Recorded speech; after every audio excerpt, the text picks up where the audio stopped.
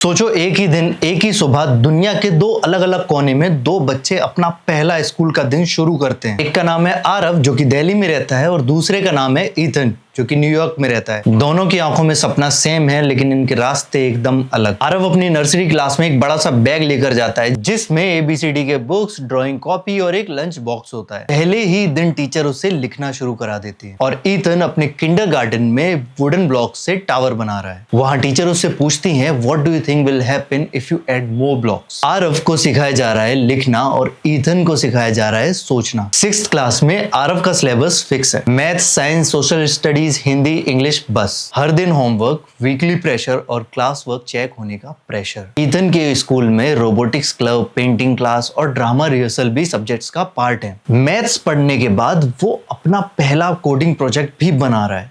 9th class आते ही आरव के घर में एक शब्द घूमने लगता है, बोर्ड्स। कोचिंग क्लासेस शुरू, ट्यूशन शुरू, सिलेबस का वेट बैग से ज्यादा होता है। ईथन के स्कूल में फुटबॉल सीजन शुरू होता है। उसका फाइनल GPA बन रहा है लेकिन एक सिंगल एग्जाम उसका फ्यूचर डिसाइड नहीं करेगा। कॉलेज एडमिशंस के लिए उसके साइंस प्रोजेक्ट्स, वॉलंटियर वर्क और स्पोर्ट्स परफॉर्मेंस इक्वली मैटर करते हैं। आरव ने 12th के बोर्ड्स एग्जाम क्लियर किए, एंट्रेंस क्लियर किया, 1 साल का ड्रॉप आउट भी ले लिया क्योंकि कट ऑफ हाई था। फाइनली इंजीनियरिंग कॉलेज में एडमिशन मिल गया। क्लासरूम में attendance compulsory, syllabus theory heavy और इंटर्नशिप।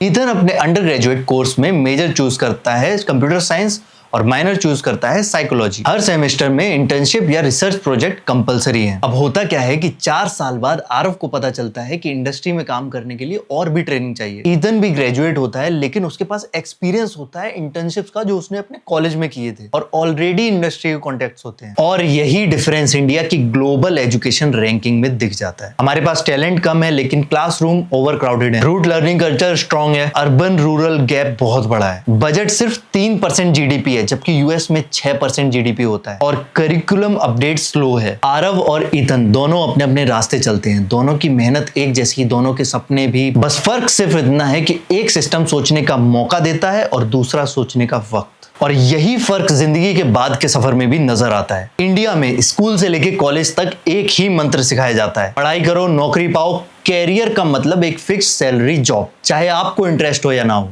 US में पहले दिन से स्किलफुल बनना सिखाया जाता है, सेल्फ डिपेंडेंट रहना और क्रिएटिव सोच पर फोकस होता है। इसलिए वहां जॉब शुरू होने के 1-2 साल के अंदर लोग अपने मन का घर और गाड़ी ले लेते हैं और यहाँ ग्रेजुएशन के बाद भी जॉब के लिए भागते रहते हैं। घर लेना तो दूर, EMI और लोन्स में ही जिंदगी गुजर जाती है और कुछ लोगों का पीसफुल लाइफ का सपना सपना ही रह जाता है। सो कांग्रेचुलेशंस, हम बिलोंग करते हैं एक वेल एजुकेटेड कंट्री से जहां आधे से ज्यादा लोगों को लोन में जीना सिखाया जाता है। आपको क्या लगता है, क्या इंडिया अपना एजुकेशन सिस्टम बदल के वर्ल्ड के टॉप 10 में आ सकता है? मैं हूं व्योम, ये था मेरा पॉइंट ऑफ व्यू और मिलते हैं नेक्स्ट वीडियो में नेक्स्ट पॉइंट ऑफ व्यू के साथ।